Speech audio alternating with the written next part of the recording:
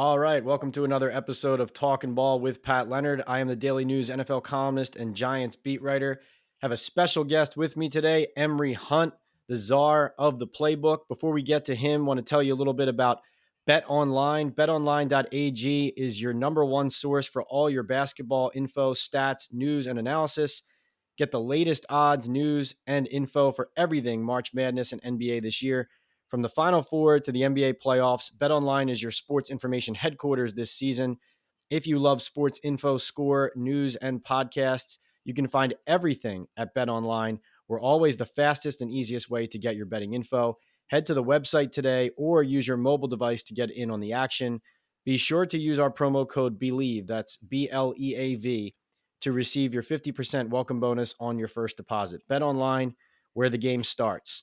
And where we start, like I said, none other than Emory Hunt, the czar of the playbook, owner of Football Gameplan, analyst at CBS Sports. He's a play-by-play guy. He's a color analyst. Honestly, Emory, I don't know what you don't do right now. Thanks for joining the show. Always a pleasure, Pat, man. Listen, I got to find one more job to do, one more thing to do. I feel like I'm not doing enough. Well, I know you're doing too much because I just saw you announce the release of your 2023 draft guide, the Football Game Plan 2023 draft guide with 1,000 individual scouting reports. By the way, everybody, if you want to go get that, go to footballgameplan.com/2023 draft guide. Emory, I have to ask you, what kind of discipline and time does it take for you to put together a guide and a prospectus of that magnitude? It takes a ton of discipline and full disclosure. When people ask, I always got to tell them about my process because this during the fall football season, I'm covering the NFL and I'm covering college football and calling games. I don't get started to the with the draft process until January when I'm traveling to all of these All-Star games, and I went Wow. to all 8 All-Star games this January, and then I get into the film room and study these guys from a film perspective the week of the Super Bowl. So that's why you never see me at the Super Bowl with CBS Sports, because I'm always locked in getting that process started. I'm putting together this draft guide.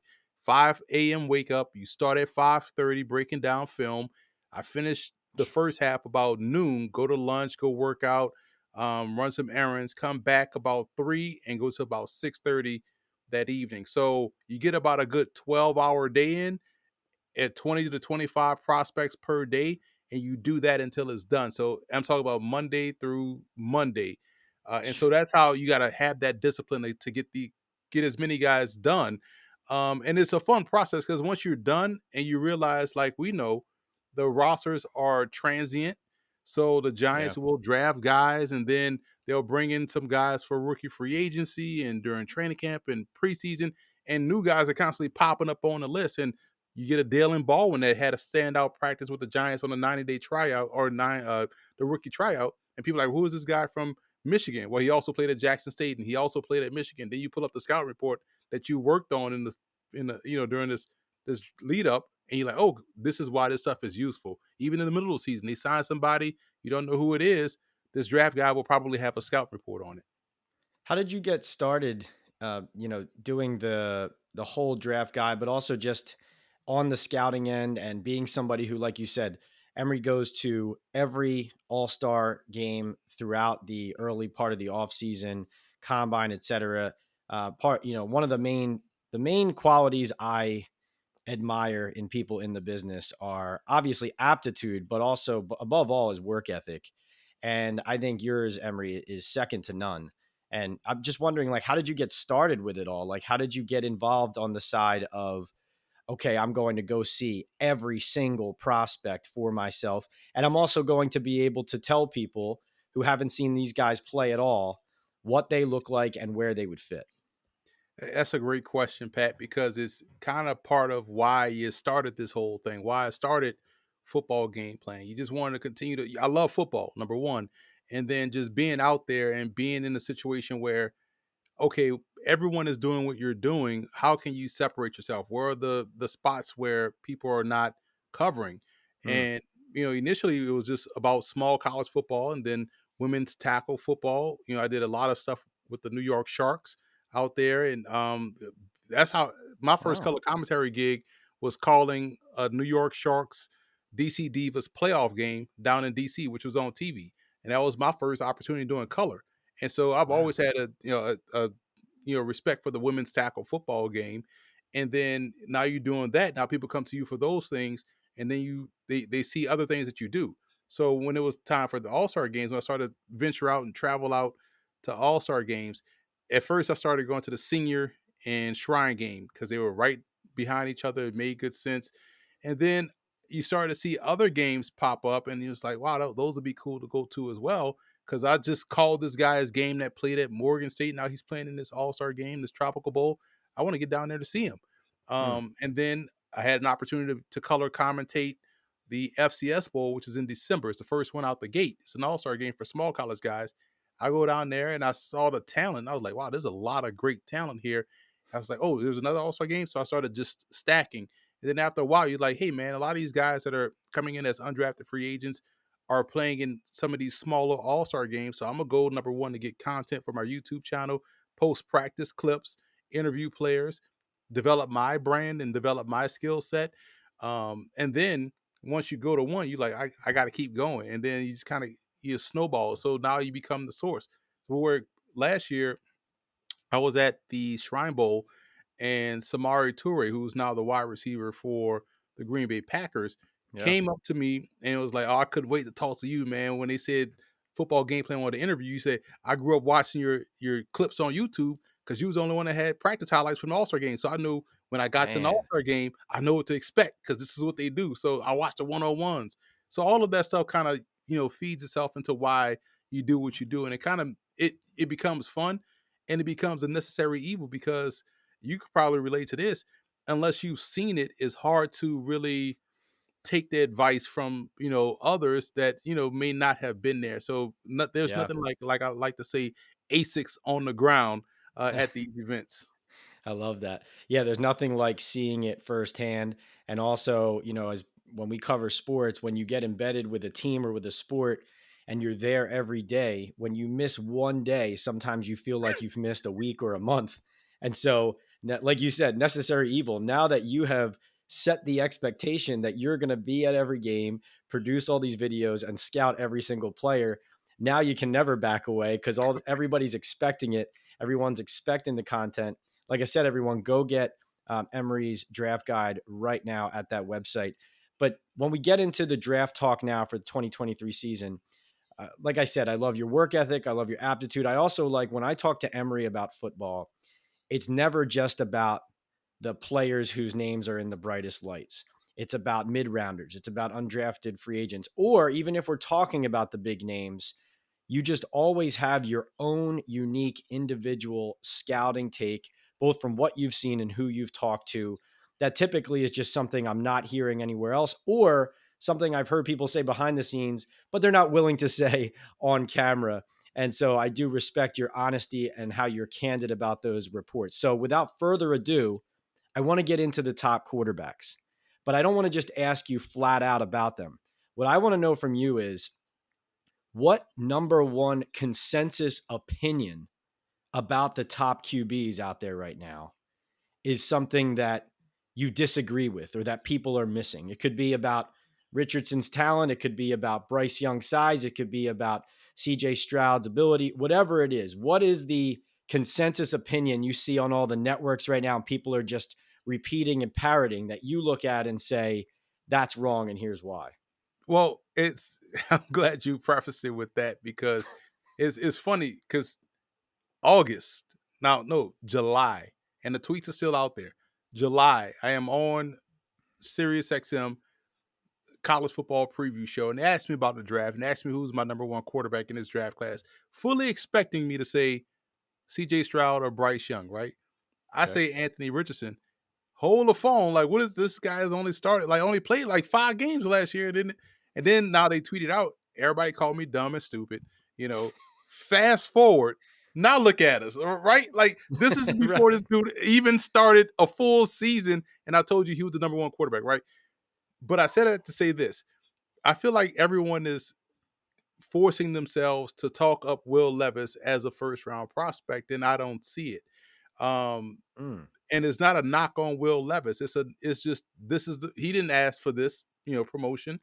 Um, to me, Will Levis is I compared him to Daniel Jones, someone that's kind of like a decent quarterback, right?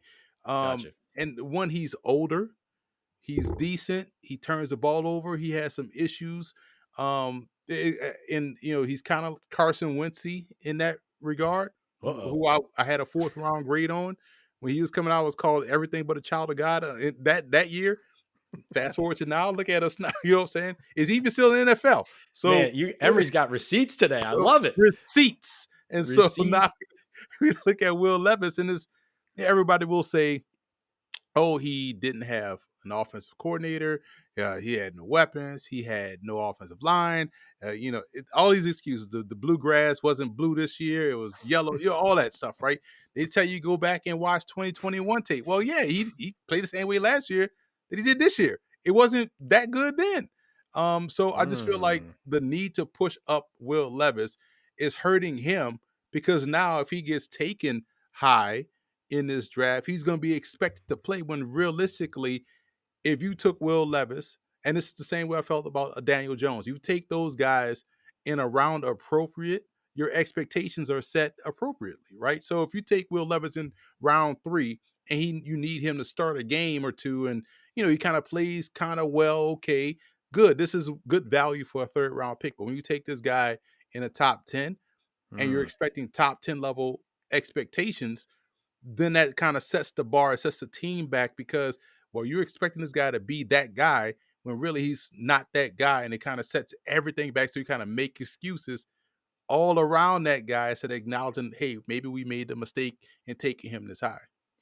When you said back in July that Richardson was going to be the name to watch at quarterback, and everyone was shouting you down, was that based on things you were hearing? Was that based on what you were watching, or was it based on all of the above? Based on what I watched. And I tell people all the time, it doesn't take long to spot the guy, right?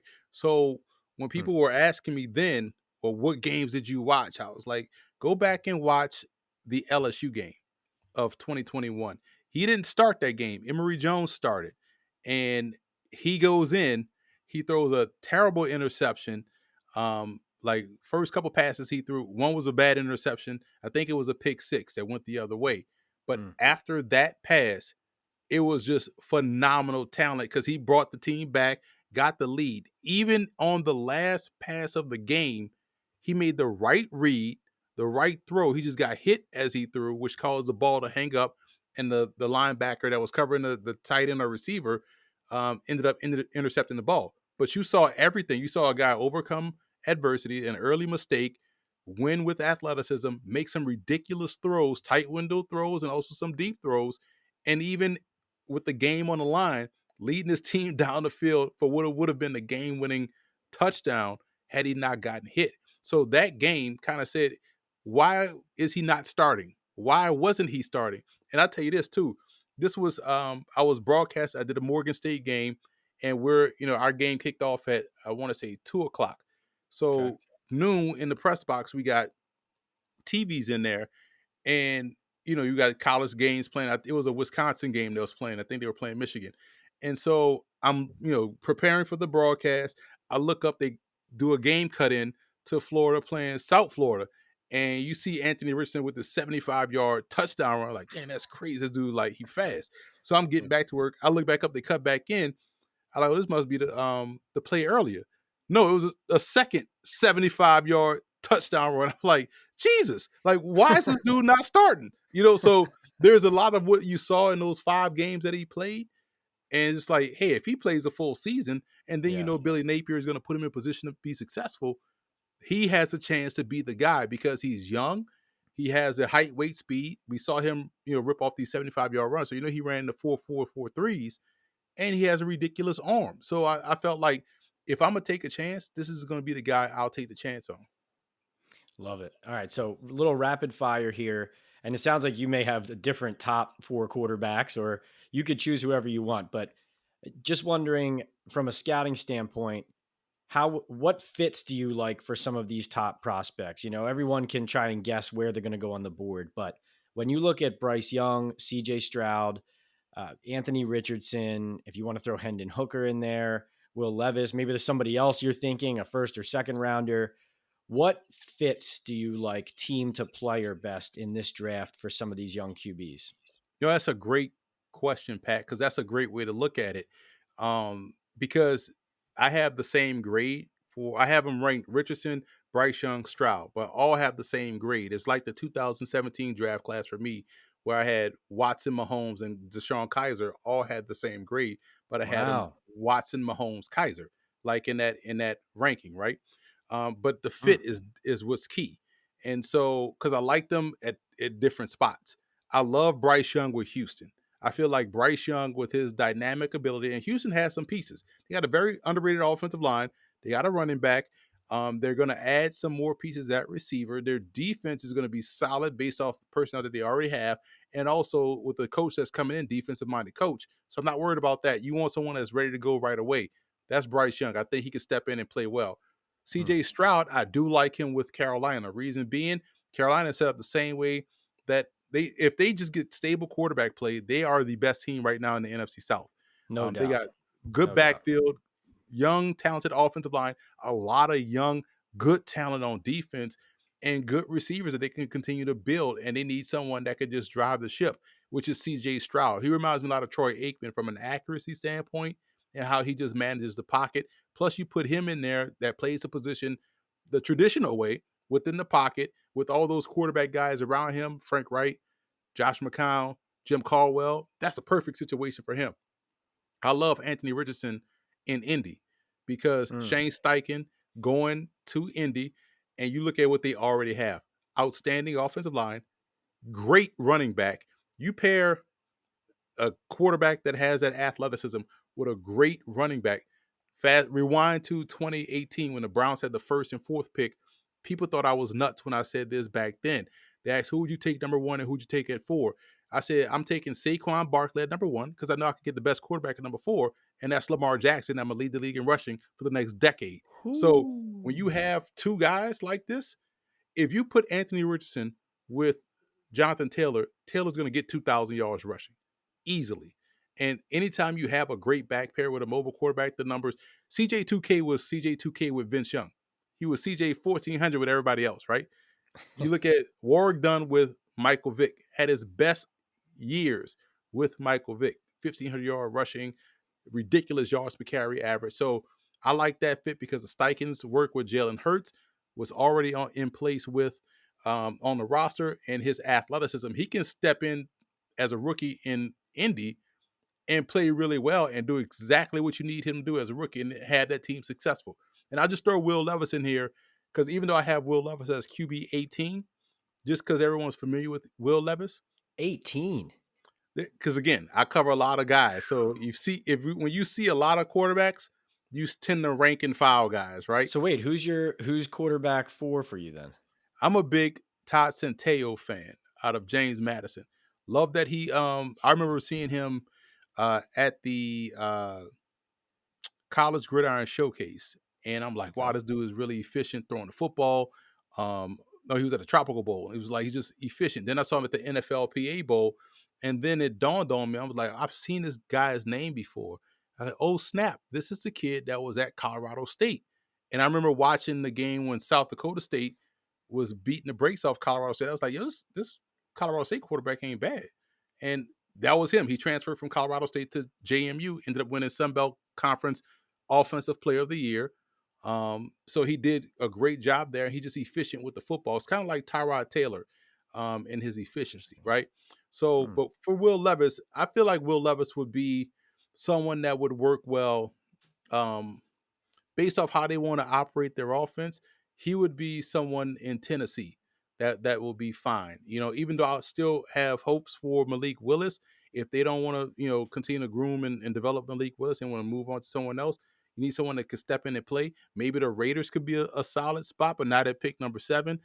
Tennessee, if I know people are talking about Tennessee trading up, I think they trade up to get Will Anderson and not a quarterback because they need a pass rusher. So for me, I Hmm. would say maybe Tennessee could be for someone like Will Levis. He's kind of Tannehill-ish, You know what I'm saying? And Yeah. so there's, I think he's more of a QB2 at the NFL level than a QB1. Fascinating. Yeah, the old like New Orleans Saints. I remember them trading up, and me thinking years ago it was for a quarterback, and ended up being for Marcus Davenport, the pass rusher. And so you're saying the Titans could make a move even higher on the board for a pass rusher rather than a QB, even though there's a lot of smoke around that. I love the fits. I love the fact that your top four isn't everyone else's top four. Again, that's what makes you different and unique. And let me throw one more QB question at you before we head on to some other positions, just to bat this around, because we have a report out there now that Mac Jones, that Bill Belichick and the Patriots have shopped Mac Jones earlier this offseason. They've talked to different teams. And let's face it, people can say it's true, it's not true. The bottom line is it looks from the outside like Mac Jones doesn't really enjoy being a Patriot. And now there's noise that the Patriots don't really want him to be on the team anyway. So let me throw this at you. Patriots 14th pick, whether it's trade up, Anthony Richardson to the Patriots. Could Bill Belichick make that work? I know they have done homework on him. Is that something that you could see fitting with Bill O'Brien as offensive coordinator? Could Belichick go to such a different offense and to that athletic dual threat quarterback? Do you see that being any kind of possibility? Definitely a possibility. If you listen to the comments of Bill Belichick whenever they face mobile quarterbacks, and these are teams that have beaten his face in. Go back to Kaepernick. Go back to Cam Newton. Go back to Deshaun Watson's rookie year, or then you go to Lamar Jackson has beaten his face in. Like, I'm sick of getting beat in by these athletic quarterbacks. I better find me one and get me one. And so, and it makes sense from a defensive minded coach's perspective, because all that is game control, game management. The run game, what I talked about earlier, I alluded to that earlier. If you are running the football, you got to worry about my quarterback. Time of possession is going to be in your favor constantly.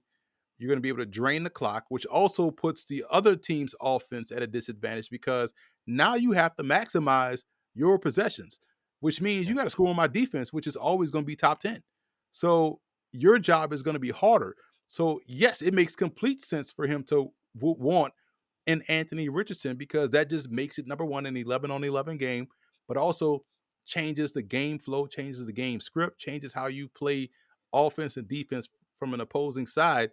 And it makes things a heck of a lot harder for you, which is why Baltimore, despite their flaws, they're very tough to beat. That's why they win a lot of games with Lamar Jackson. Even though if you look at certain teams pound for pound, you're like, oh, they got better receivers, they got better this, they got, but it's hard to beat Baltimore, even though you may have the better team.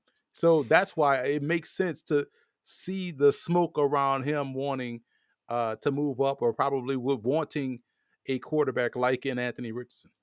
Yeah, and if you're going to have Josh Allen, Aaron Rodgers, and that Dolphins receiving core in your division, is Mac Jones going to get it done in the AFC East? I don't know. And don't get me started on how much better Lamar would make any other team in the NFL and how ridiculous all of that is, and that the fact that the market hasn't developed. That's a whole nother topic.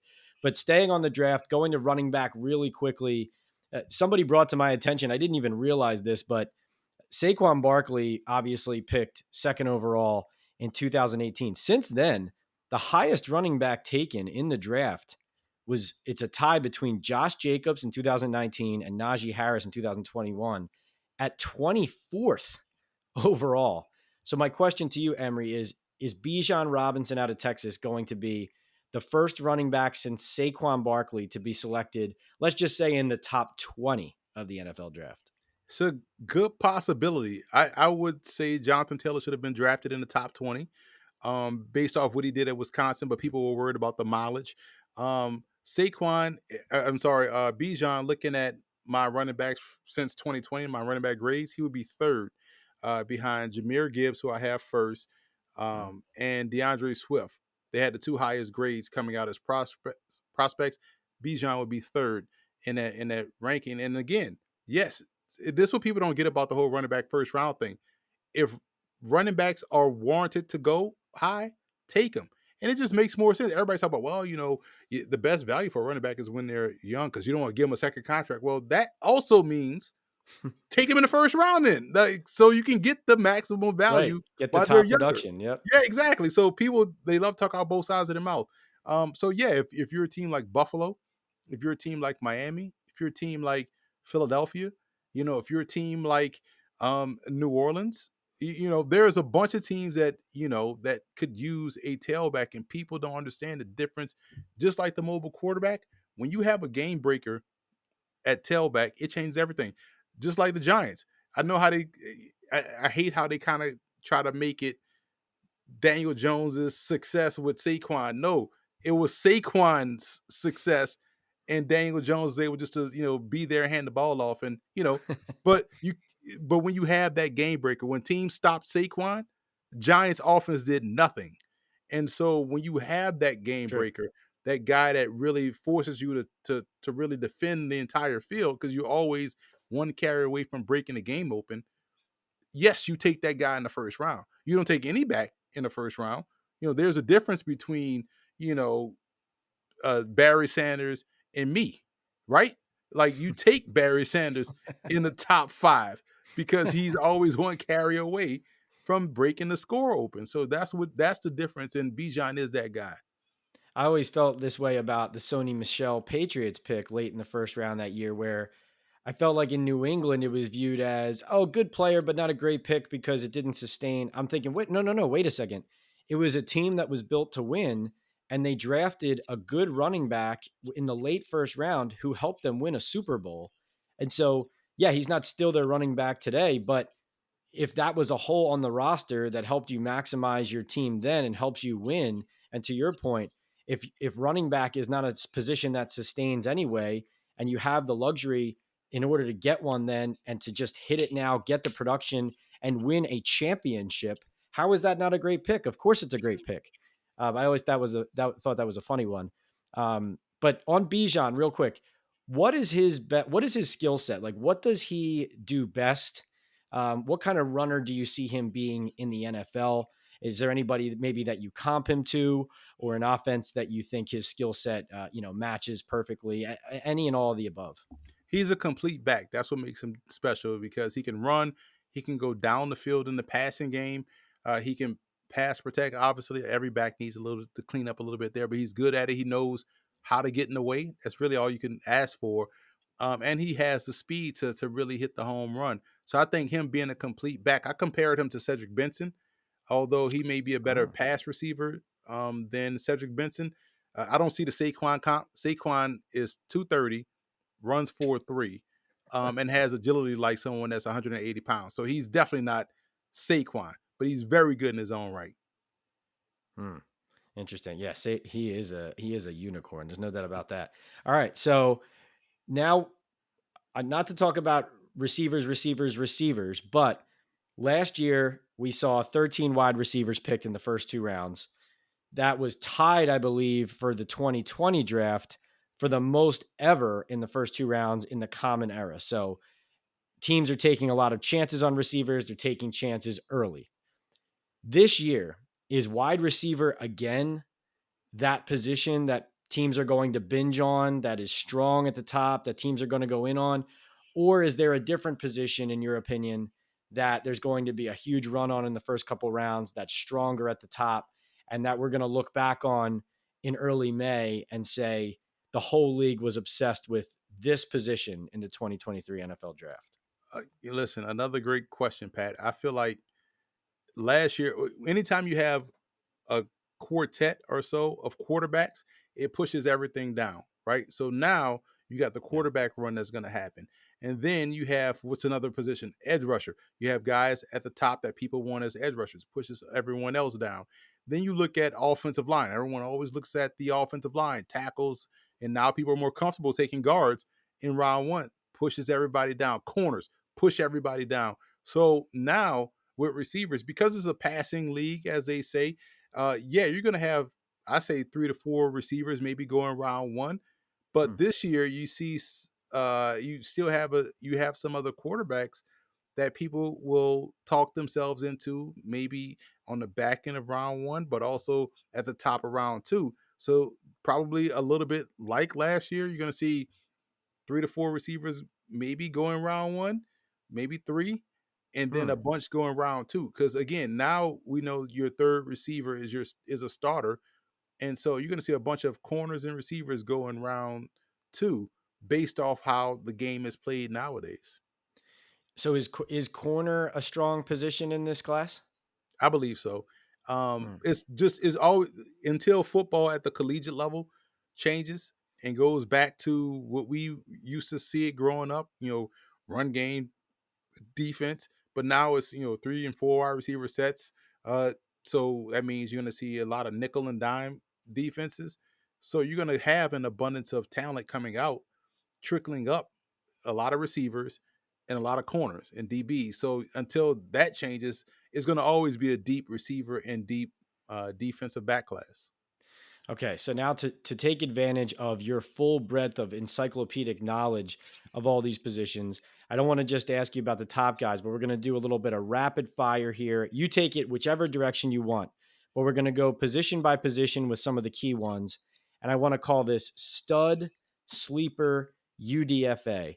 So for each position, we'll go over, you can give me a guy who you think if you would take in round one if you had a need at that position and you think the guy could start right away. Then maybe a mid rounder that people aren't talking about who's going to rise up boards, who's going to be an impressive surprise player.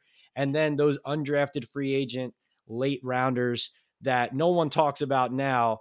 But on May 2nd, everybody likes to say that, yeah, they remember seeing him on tape and in early September and they liked him.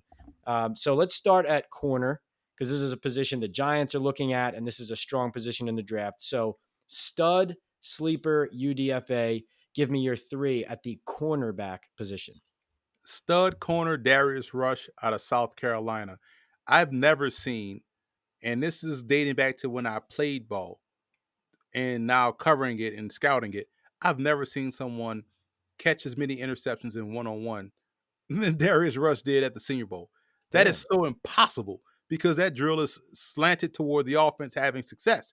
And he was running routes as the receiver and picking the ball off. And you go back and watch his film. Everyone talks about his teammate, Cam Smith, but Rush was just as good. And this is what people need to understand about Rush. He's 6'2, 200 pounds. He's a former college wide receiver before making a switch to corner. So now you have that information. Upside is still there. You think about Richard Sherman. You think about those guys that have made that transition from offense to defense, and the upside is there. He's long, he's athletic, and he has ball skills. That's your stud right there. Your sleeper, Justin Ford out of Montana. Age is going to be a question with a lot of these guys. But I feel like everybody in this draft class is 24 years old, right? Because of the COVID plus year. But this Right. dude has ridiculous ball skills. I'm talking about someone with double digit interceptions, multiple pick sixes on his record. So not only can he turn the ball, but he's looking to score the ball as well. And he was phenomenal down at the Hula Bowl. So now you watch him go from Montana, big level FCS program in the Big Sky. They see a lot of different plays, type of offenses out there in the Big Sky Conference, but he goes to the Hula Bowl against FBS competition and holds his own. And the Hmm. sleeper, or the undrafted free agent, Darius Williams of Texas A&M Commerce. They moved up to the FCS this year. They were in the Lone Star Conference, Division II Conference for a long time.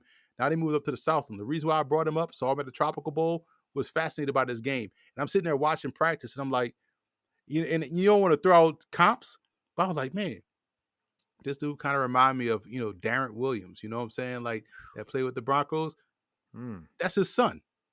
Ah, Didn't know that until I I put it didn't in the know that article. either. I put it in the article, and he reached out, was like, "Yes, that's my dad." I was like, "Wow, I feel old," but also I know he played just like his dad. So this is Man, someone to watch. It is funny what you see out there on the road as you're doing your scouting. there's some confirmation of what you're seeing right there. Right? That's good. That's a feel good. You close the book on that day and you say, I still got it, right? Still got it, man. But it's funny because his dad passed away. You don't want to throw out the name, Mm, but it's like, damn, that's why it's his son. It makes sense. fascinating. All right. Wide receiver, stud, sleeper, UDFA at the wide receiver position. Stud Zay Flowers, and it's funny. I was at the Shrine game, and he didn't practice the first day, and Yeah. so there was rumors swirling about whether or not he was going to practice or he was only going to do all individual workouts. So The next day, he's fully padded. He's going to practice. When I tell you, Pat, almost immediately, you was like, this dude shouldn't be here, man. This dude is like, like his level of explosiveness and burst was otherworldly. And this was during, individual periods. Like, man, this dude is ridiculous. So you go watch this film, you grade his film, and I couldn't, I don't like to force comps. If a comp is there, I'll use it. But watching him, he's fast in all directions. He's explosive in all directions. I couldn't get Tyreek Hill out of my mind. He's 5'9", 195. He's well put together. Ooh. And he would have had probably 1,500 yards receiving and double-digit touchdowns had they had you at quarterback at Boston College. Like, they struggled this year throwing the football, but he was open a lot on film. He's a stud. The sleeper, Colton Dowell of UT Martin. And he's 6'2", 210, runs 4.4, jumped 40 inches at his pro day. His streak cone was ridiculous. And those are the testing numbers. But the reason why he jumped on my radar as I'm grading receivers, because I always like, if I'm doing an FCS player, I like to find the FBS game, because that gives you close of the one-to-one to what it's like playing pro level athleticism. He was baking Tennessee. He had Tennessee corners in crisis mode. Like, he was murdering those DBs all throughout the game. Does he have good Great hands? hands. Right. Great hands. He could win short. He could win intermediate. He could win deep down the field. And he's a taller receiver. He fits the MO of Isaiah Hodgins, but a little bit faster. So that would be someone that could be on the radar for the Giants. And the undrafted guy, I got to go to what I know. I call a lot of Georgetown games. Josh Tomas is box office. And he can impact the game as a receiver, as a kickoff and or punt returner. He's 5'10", 185. Every time Georgetown needed a big play, they found Tomas. And there was one of the broadcast clips that I posted on my Twitter account. Georgetown, every time he touched the ball was a first down or a big play. And then they went, I want to say maybe 2 drives of not throwing his way. And so I was like, man, I would go back to Tomas. They go back to him, 30-yard gain. The next play, they throw to him, touchdown. I was like, why was that so hard? You know what I'm saying? Like, this is this dude that they can't cover. So he is someone, I thought he was going to go back and take advantage of the extra year at Georgetown, but he came out. He had his pro day already. He's someone, because of his special teams ability, is going to find himself on a roster. All right, this is great stuff. We'll get to a couple more positions and then get you out of here. We know you're a very busy man, but this is just awesome stuff. Like I said, you're taking us throughout the draft, all across the draft board. Really can't thank you enough. All right, interior offensive line, stud, sleeper, UDFA.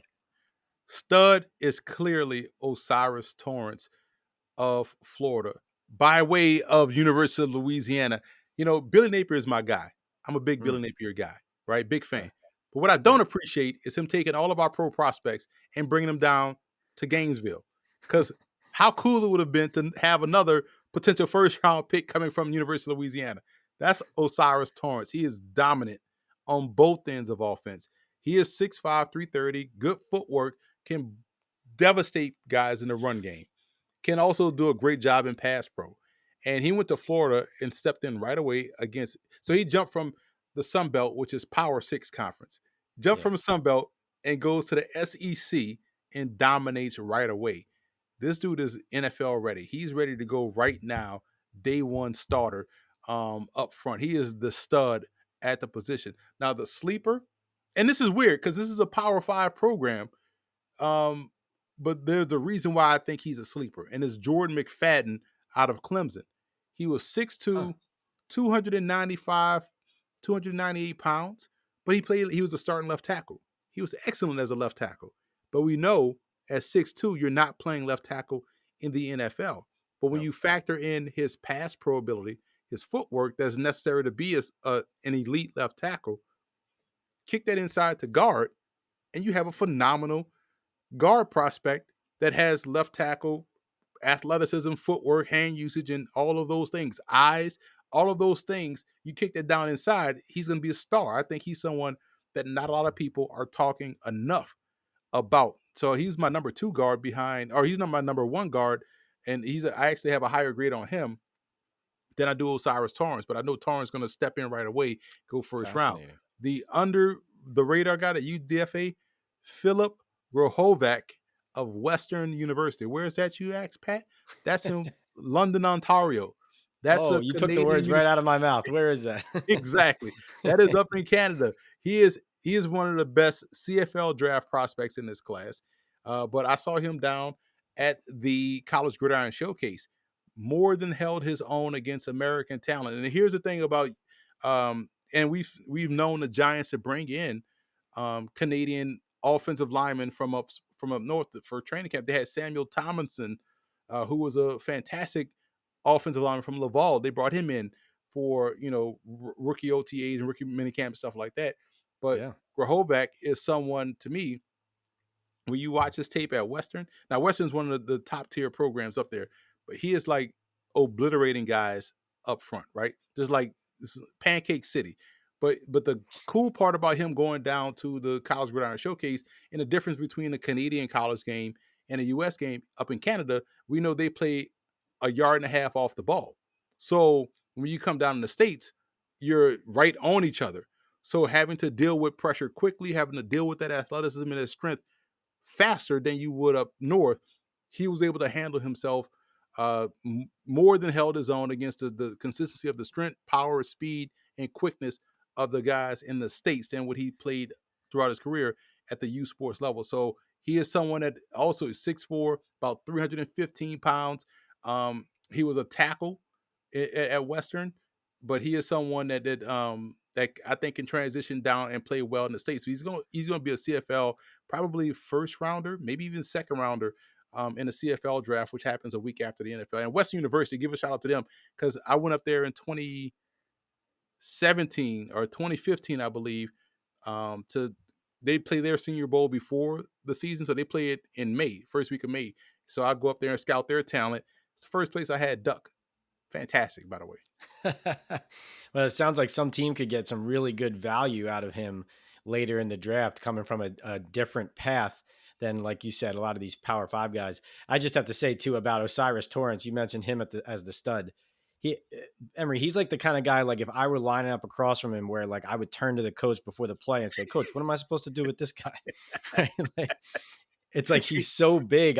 When I was searching for a photo of him the other day to put on Instagram as a guy who's a good fit for the Giants, it was hard to find one where he's basically all in the same screen. I mean, he is just covering defensive linemen. It's something to see. It's amazing when you think about the Raging Cajun offensive line. And Max Mitchell is with the Jets. Osiris Torrance was with the Raging Cajuns last year. There was another guy that was really good as well. Kim Marks would have been great, but he retired, medically retired. He was another one that was a highly thought of prospect. Why would you not want to go to the University of Louisiana? Especially if you're a high school student athlete, go down south to Louisiana and go visit that Raging Cajun program. That's my pitch for these guys out here in this tri-state area that's watching this show. I love it. I love it. All right, one more position for stud sleeper in UDFA. Pass rushers. Obviously, teams are always looking for one. They're always looking for them high. They're looking for them for value. So, stud sleeper UDFA, the pass rushers of the 2023 NFL draft class. The stud is Will Anderson. Listen, watching his film, the name that came and all the talk you hear about everything about him, just when you've been around it long enough, like we have, Pat, nothing is new. So Will Anderson is Terrell Suggs reincarnated. Oh, he's too Ooh. short. Oh, well, he didn't run this type of speed. I don't like. All I knew is Terrell Suggs had 23 and a half sacks as a senior. All I know is every time I watch Alabama play, 31 is in the backfield all the time. Like this year, what people forget to talk about is how they had him play a different position. They had him do different things. So he wasn't as, explosive or dynamic because they had him doing different. They had him more over the tackle, over the tight end. He just wasn't just out there rushing. But last year, when he was playing the Will Anderson role, dude was in the backfield all the time, just a game disruptor. Give me him over any other pass rusher in the class. He's the stud. The sleeper, another sleeper from a Power 5 school that not a lot of people are talking about is DJ Johnson out of Oregon. He is, 6'4", 260. I think he could play with his hand in the dirt or as a stand-up edge rusher. I have him graded as a 4.3 defensive end or an edge guy. He could play either one. People are, wow, he ran 4.49. Like, why are you surprised? He was a tight end at Oregon. So, of course, he's an offensive guy going to defense, played defense rather well this year for Oregon. So now you look at upside, a guy that's still learning how to play defense with the offensive athleticism. People have to think, man, like this is where I can get someone that's a mold of clay, but has enough productivity on defense to where, like, okay, he knows what he's doing. If I could just get him going in the right direction more consistently, I have a future stud there. So I think that's a sleeper. And I'm going back to Texas A&M Commerce for the undrafted guy, Celestine Haba, 6'2", 250, 258. He's built like Azeez Ojulari, plays a lot like him too. Uh-huh. And he is someone that tested well. I think he ran 4.6 something as an edge rusher, just dominant off the edge. It was so funny. He was at a Tropical Bowl, and there was two portions of the Tropical Bowl. It was the Tropical Bowl scrimmage where guys kind of competed and played themselves into the regular Tropical Bowl week, right? Because they already had, so it was two separate rosters. So the scrimmage, there were back-to-back. He altered how they called the rest of the scrimmage because there wasn't enough offensive linemen, and so he whipped this one dude so bad and just exploded into the quarterback. And just to set the scene, it was kind of like, remember the video game Super High Impact? Like you could hit somebody hard and all your equipment just explode off. That's what it was. It was like, Jesus, he just murdered this dude. Then he came back the next play and did it again.